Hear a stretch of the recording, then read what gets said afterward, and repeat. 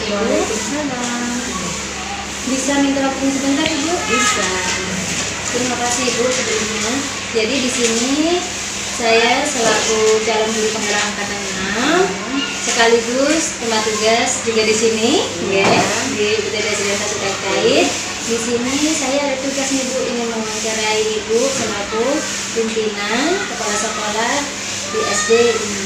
Nah di sini kami memiliki tugas Ibu, yaitu pemenuhan tugas demonstrasi tekstual, di mana di dalamnya itu kami di sini tentang pengambilan keputusan yang berbasiskan nilai-nilai kebajikan sebagai seorang pemimpin. Jadi mohon Ibu perkenalannya dulu. Ya, perkenalkan, nama saya Risma Gasari.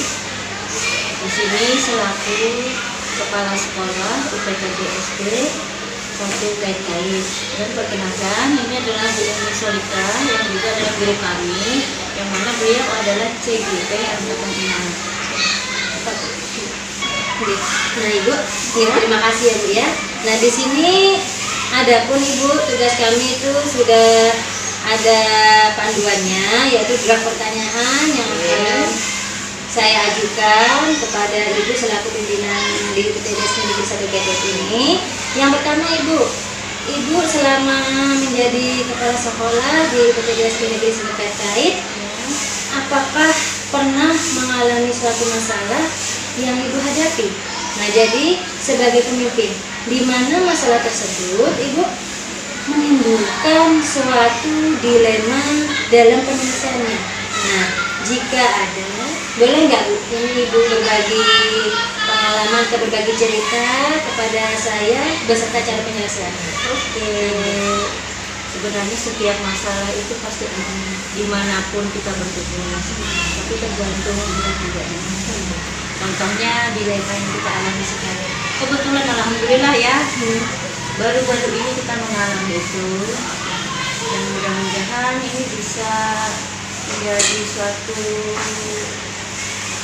pembelajaran untuk kita. Dilema yang kita hadapi karena sekolah kita mengalami kekurangan, diakibatkan karena ada salah satu guru yang mutasi. Jadi guru tersebut adalah guru olahraga. Jadi sebagai kepala sekolah, supaya pembelajaran tetap jalan, itu satu dilema, gimana nih supaya tetap jalan, anak-anak tetap belajar. Akhirnya apa?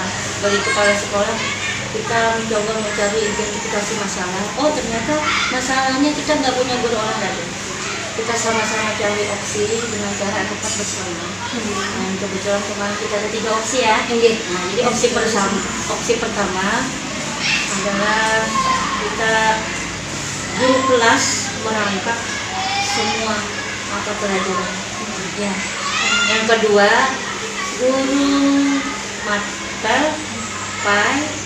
memasukkan muatan matkalnya kemudian BTA. Yang ketiga, kita cari solusi dengan mengangkat guru honor atau mengusulkan P3K. Karena masalahnya kita kekurangan guru nih. Ya kan? Jadi apa yang kita alami kemarin yang berkaitan dengan kekurangan guru itu termasuk dilema yang luar biasa Bu ya, sangat luar biasa. Karena memang kita tidak mengetahui bahwa ternyata guru kita, salah satu guru kita ada yang mutasi sehingga mengakibatkan kekosongan, dan guru yang lain akhirnya merangkap untuk mengajarkan pada mapel tertentu. Itu kan dari 3 opsi tadi kita mencari mana pemecahan solusi yang terbaik.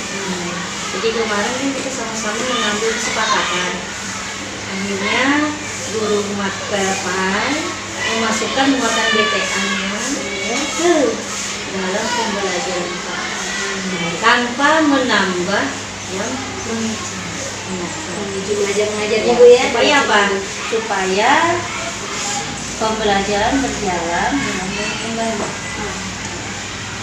Nah, jadi alhamdulillah Bu ya, dengan apa yang kita alami kemarin bersama-sama itu sudah mendapatkan suatu solusi yang terbaik karena sudah berdasarkan kesepakatan bersama Bu ya dengan guru dan PD. Terima kasih Ibu. Untuk yang kedua Ibu, nah selama ini Ibu bagaimana sih cara ibu dapat mengidentifikasi kasus-kasus yang merupakan dilema etika atau bujukan moral itu. Dilema etika adalah pengambilan keputusan yang mana keputusan itu kedua-duanya benar. Sedangkan untuk Bujukan bujukan moral, moral, di mana pengambilan keputusannya ada satu keputusan yang sifatnya benar dan ada satu yang salah, dan itu melanggar hukum. ya. Iya, Bu. Nah, jadi dilema etika itu kedua pilihan opsinya pemecahan itu keduanya benar. Itu yang terbaik Bu, ya. Kemudian yang bujukan moral, yang satunya benar, yang satunya salah karena berkaitan dengan hukum. Nah, kemudian Ibu selama ini bagaimana Ibu dalam menjalankan suatu pengambilan keputusan di sekolah, terutama untuk kasus-kasus di mana ada dua kepentingan yang sama-sama benar atau sama-sama mengandung nilai kebajikan. Jadi bagaimana Ibu cara menjalankan keputusan tersebut, seperti apa pemilihannya kalau kedua-duanya itu misalnya benar? Ini kayaknya ada hubungannya dengan kasus yang pertama ya. Jadi sebagai kepala sekolah harus bisa mengidentifikasi masalah. Setelah itu mencari beberapa solusi. Artinya seperti itu ya. Mencari beberapa solusi dari masalah tersebut. Baru memilih solusi yang terbaik, yang tepat untuk masalah tersebut supaya tidak merugikan baik itu pihak yang mengalami kasus, baik juga untuk sekolah. Jadi yang pertama tadi caranya dalam mengambil keputusan, pertama kita harus mengidentifikasi dulu ya Bu ya. Setelah mengidentifikasi tahu penyebabnya apa, kemudian kita membuat suatu opsi solusi alternatif pemecahannya. Nah, setelah ada nih sudah beberapa opsi pemecahan, kemudian kita sepakat bersama-sama, bermusyawarah bersama-sama dengan guru lainnya untuk mengambil keputusan yang terbaik, di mana itu saling menguntungkan baik dari yang pihak mengalami kasus maupun dari pihak sekolah ya Bu. Kemudian Ibu, nah di sini pasti nanti dalam suatu pengambilan keputusan pasti ada langkah-langkah atau prosedur ya, seperti apa yang biasa Ibu lakukan selama ini, langkah-langkah dalam mengambil keputusan. Ya, ada beberapa langkah yang harus Ibu ambil sebagai pimpinan sekolah. Pertama-tama yaitu langkah untuk mengambil suatu keputusan, biasanya kita mencari faktor penyebab, lalu mengidentifikasi masalah. Setelah itu kita melakukan diskusi. Nah, ini kita lihat dulu masalahnya apa nih? Apakah itu berhubungan dengan orang tua murid, siswa kita, guru kita, atau dinas yang terkait yang kita ajak berdiskusi. Iya. Nih, berarti langkah-langkahnya diantaranya tadi apa yang sudah Ibu sampaikan. Yang pertama kita harus cari tahu dulu nih ya Bu ya, faktor penyebab permasalahannya ini dari mana sih munculnya. Nah, kemudian setelah kita mengetahui faktor penyebab, barulah kita mengidentifikasi penyebabnya apa. Nah, kemudian setelah itu kita melakukan diskusi atau musyawarah dengan dewan guru lainnya atau tenaga pendidikan lainnya. Nah, apakah ini munculnya dari kasus siswa, orang tua, atau pihak yang lain? Kemudian Ibu, di sini hal-hal apa saja yang selama ini Ibu anggap efektif dalam pengambilan keputusan pada kasus-kasus dilema etika ini? Cara efektifnya bagaimana Ibu? Cara yang efektif biasanya kita berdiskusi dan bermusyawarah kasus yang terjadi pada siswa. Biasanya kita mengajak guru bersama-sama untuk mencari tahu apa masalahnya, alasan terjadinya kenapa, lalu kita sama-sama mencari solusinya sehingga kedua belah pihak tidak merugikan. Jadi kita cari solusi yang saling menentukan untuk kedua belah pihak. Ya Ibu. Jadi intinya kembali lagi ya Bu ya, sebenarnya ini cara alternatif yang terbaik atau yang paling efektif itu kita melakukan musyawarah dan diskusi ya Bu ya, sehingga nanti kita bisa mencapai suatu kesepakatan bersama dari solusi pemecahan masalah yang tentunya diharapkan nantinya saling menguntungkan, tidak ada yang dirugikan. Nah, lalu Ibu, hal-hal apa saja yang selama ini merupakan tantangan Ibu nih dalam mengambil sebuah keputusan pada kasus-kasus dilematika yang pernah Ibu alami? Apa nih Bu yang paling menantang? Atau mungkin bisa jadi menjadi sebuah yang cukup menguras tenaga Ibu nih misalkan. Jadi tantangan terberat yang Ibu alami adalah mencari solusi yang terbaik dengan resiko yang seminimal mungkin dan harus mendapat dukungan yang positif dari semua pihak. Itu Bu ya, benar ya. Karena kenapa? Dimana bila kita memiliki solusi pemecahan namun tidak ada dukungan dari semua pihak yang terkait, tentunya itu akan membuat kita ragu-ragu Bu ya.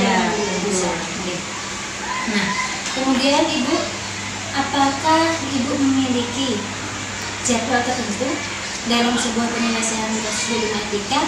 Apakah Ibu langsung menyelesaikan di tempat atau memiliki sebuah jadwal untuk menyelesaikannya?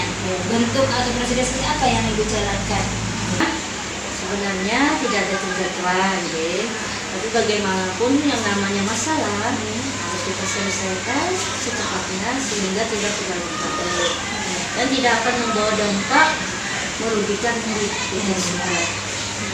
Ya, berarti tergantung di sini penyelesaian masalah ini dalam dilematika tergantung pada kasus yang dialami ya Bu ya. Kalau memang kasus itu harus saat itu juga penyelesaian, maka segera diselesaikan ya Bu ya. Tentunya kita harus mencari tahu nih, apakah ini perlu melibatkan orang tua atau hanya dengan guru setempat atau berserta dengan guru dan kepala sekolah ya Bu ya.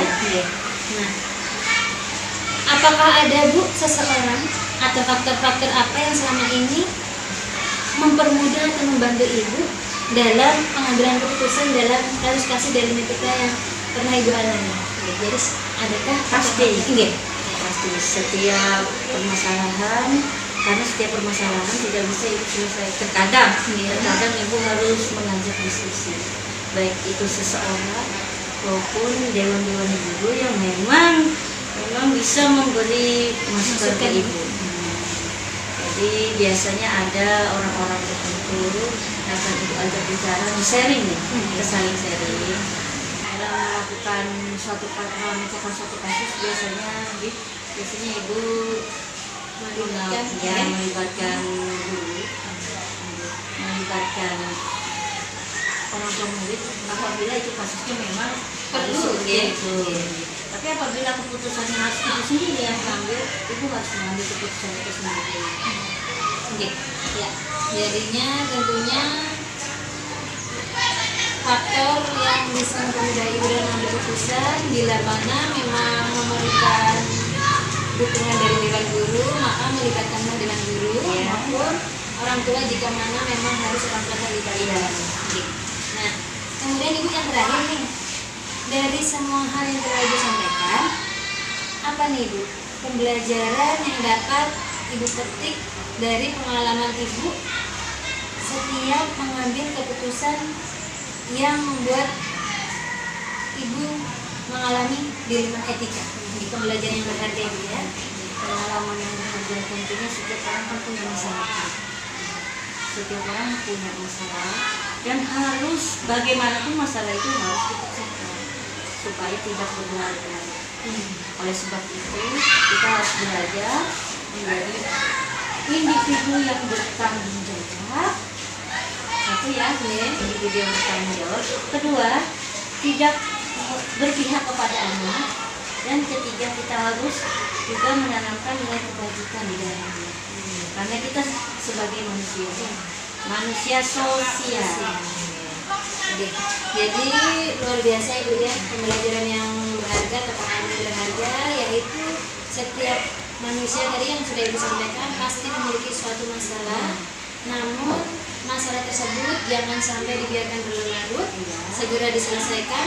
Tentunya dalam pengambilan keputusan itu harus dapat dipertanggungjawabkan ya Bu ya. Kemudian harus berpihak pada murid, dan tentunya di dalamnya ada nilai-nilai kebajikan yang di situ diterapkan. Terima kasih Ibu. Jadi di sini alhamdulillah saya semakin tercerahkan dengan berbagai pengalaman dari Ibu tadi mengenai kasus Dewi Mastika dalam mengambil sebuah keputusan di mana kita tadi sudah melakukan percakapan yang begitu luar biasa, dan saya semakin tertarik Ibu, semakin kesini semakin tertarik atas pengalaman yang Ibu bagi bersama saya untuk menambah wawasan saya dalam pengambilan keputusan. Jadi terima kasih Bu ya atas kesempatan dan waktunya sudah merepotkan Ibu hari ini. Ya, terima kasih Ibu.